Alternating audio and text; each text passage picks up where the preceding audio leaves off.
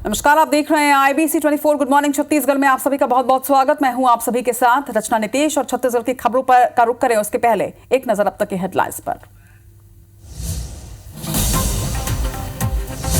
कल 12 राज्यों और एक केंद्र शासित प्रदेश की 88 सीटों पर होगा मतदान। छत्तीसगढ़ की 3 सीटों कांकेर, राजनांदगांव और महासमुंद में पड़ेंगे वोट। आज मतदान दलों की रवानगी।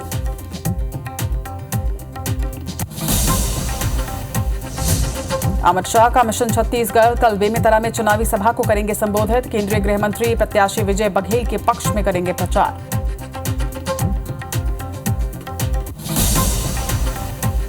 छत्तीसगढ़ में तीसरे चरण के लिए कांग्रेस झोंकेगी ताकत। 28 अप्रैल को जांजगीर में चुनाव प्रचार करेंगे मल्लिकार्जुन खड़गे, तो 29 अप्रैल को राहुल गांधी बिलासपुर में करेंगे सभा।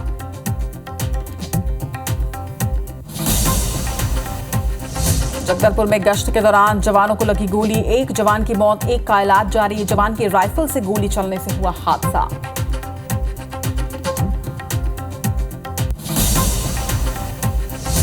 मनेन्द्रगढ़ में थाने के गेट पर लॉक लगाना पुलिस अफसरों को पड़ा भारी। एसपी ने झगराखांड टीआई और एएसआई को किया लाइन अटैच। हमले के बाद थाने पहुंचे दुल्हा दुल्हन को मिला था ताला बंद थाना।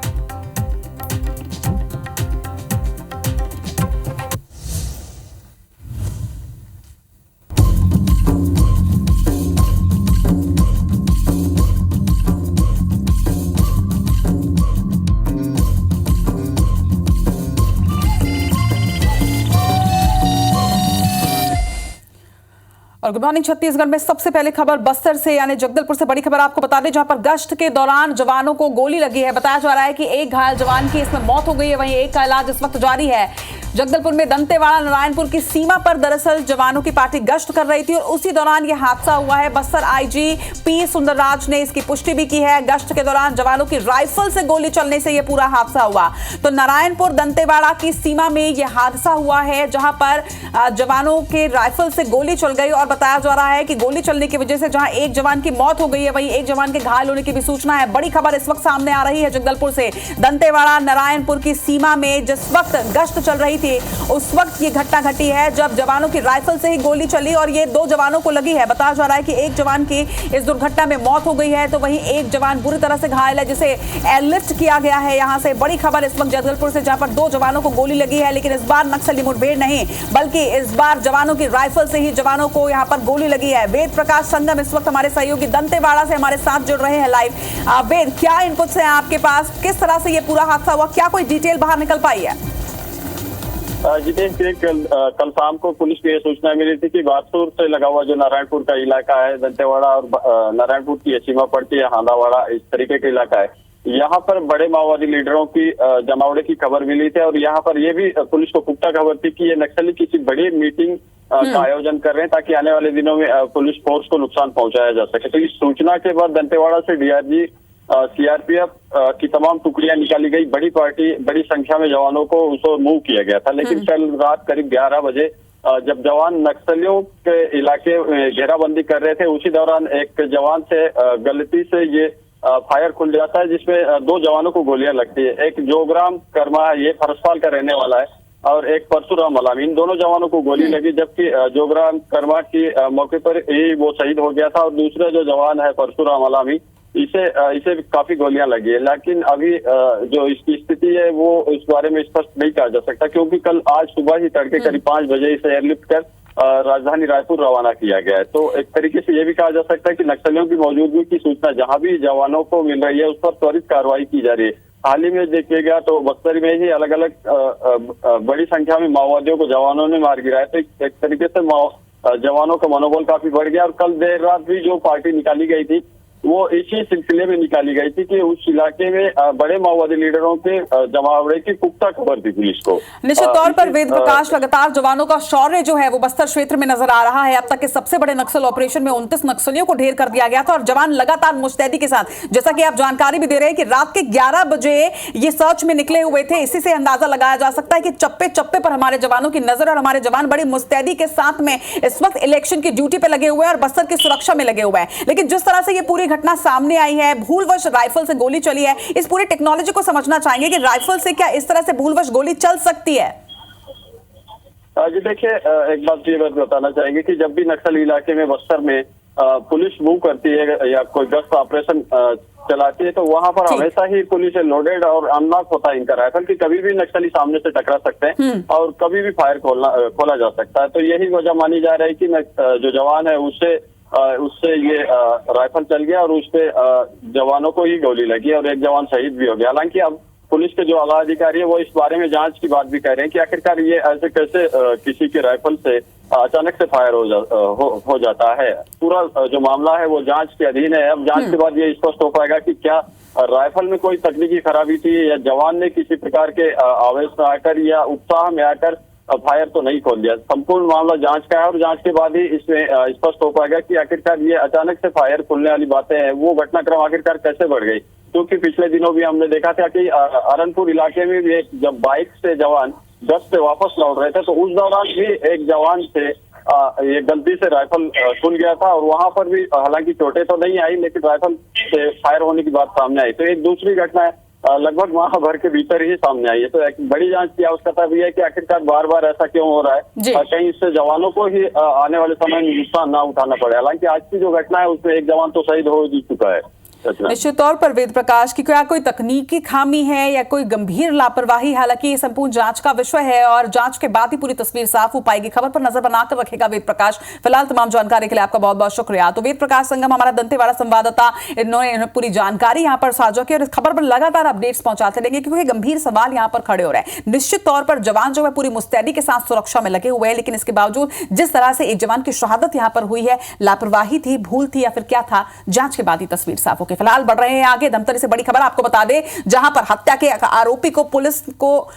आरोपी ने पुलिस को चकमा देकर वो फरार होने में कामयाब हुआ है। बताया जा रहा है कि आरोपी को कोर्ट ले जाया गया था और कोर्ट से वो फरार हुआ है। आजीवन कारावास की सजा ये आरोपी भुगत रहा था, लेकिन इस बीच कोर्ट से भागने में ये सफल हुआ है। 2 जनवरी को आरोपी ने पिता की हत्या की घटना को अंजाम दिया था, जिसके बाद उसे गिरफ्तार किया गया था। फरार आरोपी का नाम हेमलाल सोरी बताया जा रहा है। पुलिस फिलहाल आरोपी की तलाश में जुटी हुई है। तो यहां पर एक गंभीर लापरवाही सामने आई है। धमतरी से बड़ी खबर आपको बता रहे हैं, जहां पर आरोपी को पुलिस कोर्ट लेकर पहुंची थी, लेकिन कोर्ट में पुलिस को चकमा देकर जेल में बंद ये जो कैदी था ये कोर्ट से फरार हो गया है। बताया जा रहा है कि हत्या की सजा ये भुगत रहा था, आजीवन कारावास की सजा मिली थी। पिता की हत्या के जुर्म में ये जेल में बंद था, लेकिन पुलिस जब इसे कोर्ट लेकर पहुंची तो वहां पर पुलिस को चकमा देकर ये फरार होने में कामयाब है। फिलहाल पुलिस तलाश कर रही है आरोपी की।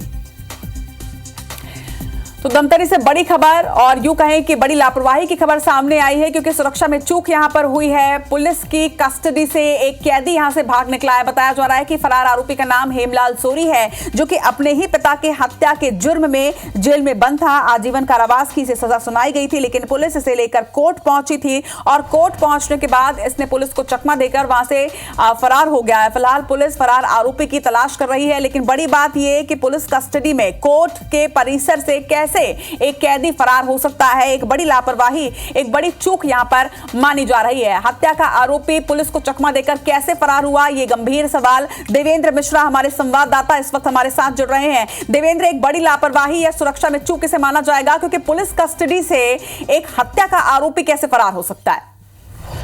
तो पुलिस की बड़ी लापरवाही सामने आई है धमतरी में, जिसके कारण एक आरोपी जो है न्यायालय से चकमा देकर के फरार हो गया है। बता दूं ये वो आरोपी है जो अपने पिता को 2 जनवरी 2023 में डंडे से पीट करके हत्या को अंजाम दिया था। वो उनको न्यायालय लाया गया था पुलिस की कस्टडी में, लेकिन न्यायालय में जैसे ही आजीवन कारावास की सजा सुनाई गई उसके बाद ये फिंगरप्रिंट में करते समय ये घटना को अंजाम दिया और फरार हो गया। फिलहाल पुलिस पुलिस टीम उनको ढूंढ रही है, लेकिन सबसे बड़ी लापरवाही माना जा रहा है।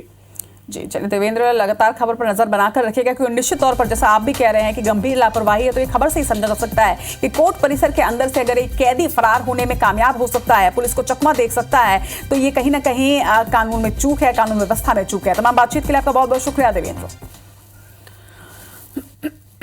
और धमतरी के बाद आप रुक करेंगे जगदलपुर का। जगदलपुर शहर के स्थानीय रहवासियों ने रात तकरीबन 8 बजे भूकंप के झटके महसूस करने का दावा किया है। आपको बता दें कि शहर के अलग अलग जगहों पर लोगों ने कुछ सेकंड के लिए भूकंप के झटके महसूस किए, इसकी बात कही गई है। इस दौरान कई लोग अपने घरों से बाहर भी निकल आए और शहर के वृंदावन, अरावल और हाट कचौरा के क्षेत्र में झटके महसूस करने का दावा लोगों ने किया।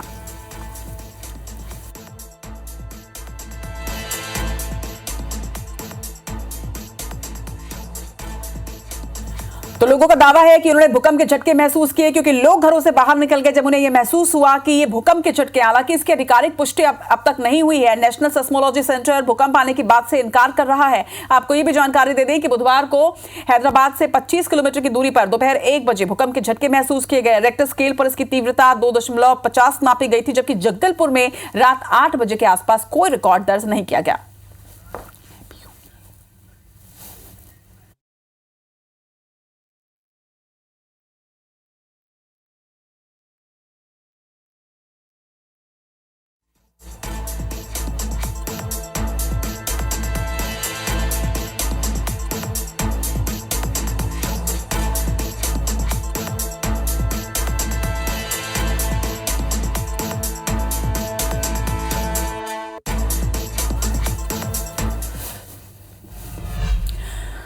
और चलिए अब बात करेंगे लोकसभा चुनाव 2024 की। कल देश की 88 सीटों पर मतदान होने हैं, वोटिंग होनी है। 12 राज्य और 1 केंद्र शासित प्रदेश में वोटिंग कल की जाएगी, जिसमें छत्तीसगढ़ की 3 सीटें शामिल है। आपको बता दें कि छत्तीसगढ़ की 3 सीटें कांकेर, राजनांदगांव और महासमुंद में कल मतदान होने हैं, जिसकी तमाम तैयारियां पूरी कर ली गई है। ईवीएम में कल उम्मीदवारों की किस्मत तय हो जाएगी। मतदान दलों की रवानगी का सिलसिला भी शुरू हो चुका है। तस्वीरें भी आप देख रहे हैं। मतदान दल जो मतदान कर्मी हैं वो अब रवाना हो रहे हैं, और कल भी कई क्षेत्रों में मतदान दलों की रवानगी पहले ही की जा चुकी है, क्योंकि तीनों सीट ही संवेदनशील क्षेत्र है और इसमें कई ऐसे मतदान केंद्र हैं जो कि काफी ज्यादा संवेदनशील है, और वहां हेलीकॉप्टर से मतदान कर्मियों को रवाना किया गया है। तो तस्वीरें भी आपको दिखा रहे हैं, तमाम तैयारियां दिखा रहे हैं, और इसके साथ ही ये भरोसा, ये वादा भी कि कल सुबह 6 बजे से हर अपडेट सेकेंड फेज के चुनाव का 88 सीटों पर आप तक सबसे पहले IBC 24 पहुंचाएगा। न सिर्फ मध्य प्रदेश, छत्तीसगढ़, बल्कि इसके साथ ही 13 राज्यों की हर सीट पर हमारी नजर रहेगी। जैसा कि पहले चरण में हमने आपको सुबह 6 बजे से ही सबसे पहले तस्वीरें दिखाना शुरू किया था, सबसे पहले हर अपडेट, हर खबर आप तक पहुंचाने की शुरुआत की थी, उसी तरह से दूसरे चरण में भी सबसे पहले IBC 24 यानी कि आपका भरोसेमंद चैनल सबसे पहले आप तक हर खबर पहुंचाएगा। तो एक तरफ दूसरे चरण के लिए मतदान दल रवाना हो रहे हैं, दूसरी तरफ अब तमाम पार्टियां तीसरे चरण के चुनाव के लिए भी तैयारियां जोरों पर लगा रही हैं। अमित शाह मिशन छत्तीसगढ़ पर तीसरे चरण के चुनाव के लिए पहुंचने वाले हैं। आपको बता दें कि केंद्रीय गृह मंत्री अमित शाह कल छत्तीसगढ़ के दौरे पर होंगे। अंतिम दौर में बीजेपी ने अपनी तमाम ताकतें झोंक दी हैं। एक तरफ प्रधानमंत्री नरेंद्र मोदी कल ही 2 दिवसीय छत्तीसगढ़ दौरे के बाद वापस लौटे हैं, और कल यानी आने वाले कल में केंद्रीय गृह मंत्री अमित शाह छत्तीसगढ़ के दौरे पर पहुंचेंगे और बेमेतरा में वो सभा को संबोधित करेंगे। आपको बता दें कि दुर्ग लोकसभा क्षेत्र में आने वाले इस सीट पर, इस जगह पर विजय बघेल के पक्ष में प्रचार किया जाएगा। दुर्ग लोकसभा से बीजेपी प्रत्याशी है विजय बघेल, जो पहले भी सांसद रह चुके हैं, कई बार ये चुनाव जीत चुके हैं, और अब इनके प्रचार के लिए यहां पर पहुंच रहे हैं केंद्रीय गृह मंत्री अमित शाह। और तीसरे चरण के लिए न सिर्फ बीजेपी बल्कि कांग्रेस भी छत्तीसगढ़ में अपनी पूरी ताकत झोंकती नजर आ रही है, क्योंकि तीसरे चरण के प्रचार के लिए छत्तीसगढ़ में दिग्गजों का दौरा शुरू हो रहा है। आपको बता दें कि 28 अप्रैल को राष्ट्रीय अध्यक्ष मल्लिकार्जुन खड़गे, तो 29 अप्रैल को राहुल गांधी का छत्तीसगढ़ दौरा है। कांग्रेस अध्यक्ष मल्लिकार्जुन खड़गे जहां जांजगीर लोकसभा में प्रचार करेंगे, 28 अप्रैल को उनकी जनसभा जांजगीर लोकसभा क्षेत्र में होगी, तो वहीं 29 अप्रैल को बिलासपुर लोकसभा सीट में चुनावी हुंकार भरने के लिए राहुल गांधी भी छत्तीसगढ़ पहुंचने वाले हैं। तीसरा चरण यानी 7 मई को तीसरे चरण के मतदान होने हैं पूरे देश में, और तीसरे चरण में छत्तीसगढ़ की 7 सीटों पर भी वोटिंग होगी, और ये वो 7 सीटें जिस पर पूरी तरह से बीजेपी और कांग्रेस की नजर है। कांग्रेस के दिग्गज अब तीसरे चरण के लिए प्रचार प्रसार की जिम्मेदारी संभाल रहे हैं, और राष्ट्रीय अध्यक्ष मल्लिकार्जुन खड़गे के साथ ही राहुल गांधी भी यहां पहुंचेंगे।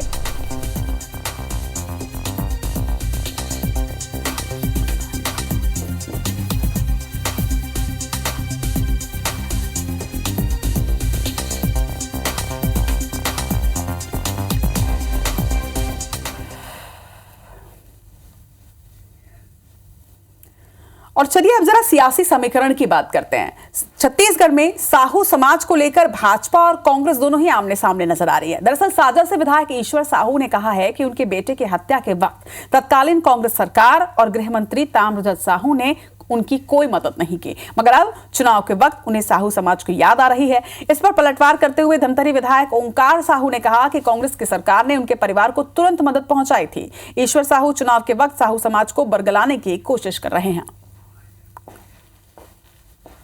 ऐसे लोग अपने जब चुनाव के टाइम में आते तो समाज के याद आते, बाकी टाइम में बोले याद नहीं आए। ना ऐसे लोग ना वो समाज के होते हैं, ना धर्म के होते हैं, ना देश के होते हैं। ऐसे लोग सिर्फ अपने फायदे के लिए आते हैं। वो एक राजनीति करण कर रहे हैं और हमारे क्षेत्र में आकर साहू समाज को बलगाने का काम कर रहे हैं। वो बहुत ही निंदनीय है और मैं ईश्वर साहू से यही कहना चाहूँगा कि आपको आपके लड़के की जो शहादत हुआ उनका आपको क्षतिपूर्ति मिल चुकी है। आप विधायक हैं, बहुत गरिमामय पद में हैं, आपको इस प्रकार से बात नहीं करना चाहिए। इधर चुनावी दौरे पर डिप्टी सीएम अरुण साव महासमुंद लोकसभा के राजिम पहुंचे, जहां पर उन्होंने कांग्रेस के घोषणा पत्र को मुस्लिम लीग का एजेंडा बताया। उन्होंने कहा है कि कांग्रेस और विपक्षी दलों की नजर लोगों की संपत्ति पर टिकी हुई है। देश की जनता कांग्रेस के हिडन एजेंडे को देख रही है। डिप्टी सीएम ने दीपक बैज पर वार भी किया और कहा कि कांग्रेस पार्टी के भगदड़ को दीपक बैज रोक नहीं पा रहे हैं। कांग्रेस ने विधानसभा चुनाव में अब की बार 75 पार का दावा किया था, उस दावे की हवा निकल गई। इस बार भी छत्तीसगढ़ में कांग्रेस 0 पर आउट होने वाली है। कांग्रेस और विपक्षी दलों की नजर लोगों की संपत्ति पर है। लोगों की संपत्ति को हड़पने का, आम लोगों के अधिकारों को छीनने का और ये मुस्लिम लीग के एजेंडे को लागू करने वाला कांग्रेस पार्टी का ये घोषणा पत्र है। इधर एसीबी और ईओडब्ल्यू ने महादेव सट्टा मामले में एफआईआर दर्ज करने के बाद 2 फरार आरोपियों को दिल्ली और महाराष्ट्र से गिरफ्तार किया है। आपको बता दें कि आरोपी राहुल वक्टे को दिल्ली से तो वहीं रितेश यादव को महाराष्ट्र के पुणे से पुलिस गिरफ्तार कर चुकी है। गिरफ्तार आरोपियों को आज एसीबी ईओडब्ल्यू के स्पेशल कोर्ट में माफ कीजिएगा कल पेश किया गया, जहां पर दोनों की 14 दिन की रिमांड मांगी गई थी। हालांकि इस पर कोर्ट ने 6 दिन की ही रिमांड दी है, यानी कि अब 30 अप्रैल तक दोनों ही आरोपियों से पूछताछ की जाएगी। रिमांड पर ये दोनों रहेंगे। निलंबित एएसआई चंद्रभूषण वर्मा की गिरफ्तारी के बाद से ही आरोपी की तलाश ईओडब्ल्यू कर रही थी और लगातार कई महीनों के बाद अब सफलता मिली है और दोनों आरोपियों की गिरफ्तारी यहां पर की गई है। और अब यह माना जा रहा है कि 30 अप्रैल तक दोनों रिमांड में रहेंगे और इस पूछताछ में कई अहम खुलासे हो सकते हैं। राहुल आप्टे और एक यादव को पेश किया गया था, रितेश यादव को। उनकी हमने पुलिस रिमांड की मांग किए थे 8/5 तक, लेकिन न्यायालय ने 30/4 तक का स्वीकृत किया है। इस पुलिस रिमांड के अलावा एक और आवेदन पेश किया कि जेल में पहले से निरुद्ध आरोपी चंद्रभूषण वर्मा, सतीश चंद्राकर और सुनील दम्मानी को न्यायालय में प्रस्तुत करने के लिए, तो प्रोडक्शन वारंट का भी हमारा स्वीकार हुआ है और कल 25 तारीख को 11 बजे उन्हें पेश करना है। फिर उसके आगे की प्रक्रिया जारी रहेगी। जी बिल्कुल मांगेंगे, इसीलिए हमने उनकी गिरफ्तारी की प्रक्रिया आगे बढ़ा रहे हैं। और अब बात करते हैं महादेव सट्टा ऐप की। दरअसल रायपुर पुलिस महादेव ऑनलाइन सट्टे के जरिए आईपीएल क्रिकेट मैच के दौरान सट्टा संचालित करने वाले 5 अंतरराज्यीय समेत कुल 8 बुकी को गिरफ्तार कर रायपुर लाई है। रायपुर साइबर सेल ने बताया कि पिछले 3 दिनों गंज थाना इलाके में एक बुकी को गिरफ्तार कर कड़ाई से पूछताछ की गई, जिसके बाद कई खुलासे हुए और इसी के आधार पर कलकत्ता और 24 परगना इलाके के गोलाबारी से एक फ्लैट में रेड मारकर वहां से रायपुर निवासी एक बड़े बुकी को गिरफ्तार किया गया है और इसके साथ ही कई बुकीज की यहाँ पे गिरफ्तारी की गई। आरोपियों के पास से बड़ी मात्रा में मोबाइल, कैश और इसके साथ ही कई बैंक अकाउंट्स भी जब्त किए गए हैं। रेड कार्रवाई के बाद जब उससे पूछताछ करने पर उसने बताया कि पश्चिम बंगाल के कुछ लोगों का उसने नाम बताया। उसके मोबाइल से हमको डेटा मिला और कलकत्ता में जाकर हमारी टीम ने रेड किया, जिसमें हमको 8 व्यक्ति ये रेडी अन्ना ऐप में ऑनलाइन सट्टे का संचालन कर रहे थे। इसमें प्रकाश वाधवानी ने हमको अपने पूछताछ में बताया कि समता कॉलोनी का निवासी मोहित सोमानी जो इनका मुख्य आरोपी है, इसमें पूछताछ की जा रही है। डेटा जितना हम इस लैपटॉप से मोबाइल से रिकवर किया उसका सबका एनालिसिस का कार्य चल रहा है। उसके बाद और भी खुलासे इसमें हो सकते हैं।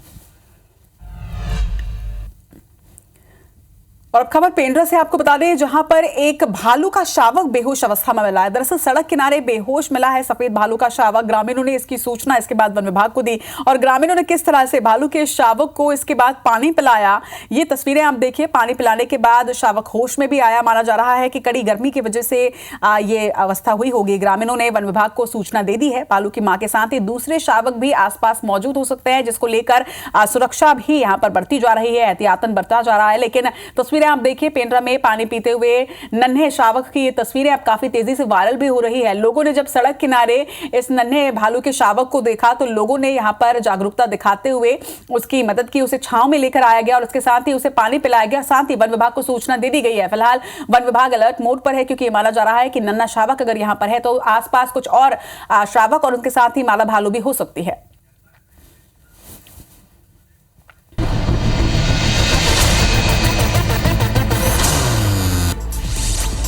कल देश में लोकसभा के दूसरे चरण के लिए मतदान होगा। कल 13 राज्यों की 88 सीटों पर वोट डाले जाएंगे, जिसमें मध्य प्रदेश की 6 और छत्तीसगढ़ की 3 सीटों पर वोटिंग होगी। इसके लिए 8 मतदान दल रवाना हो रहे हैं।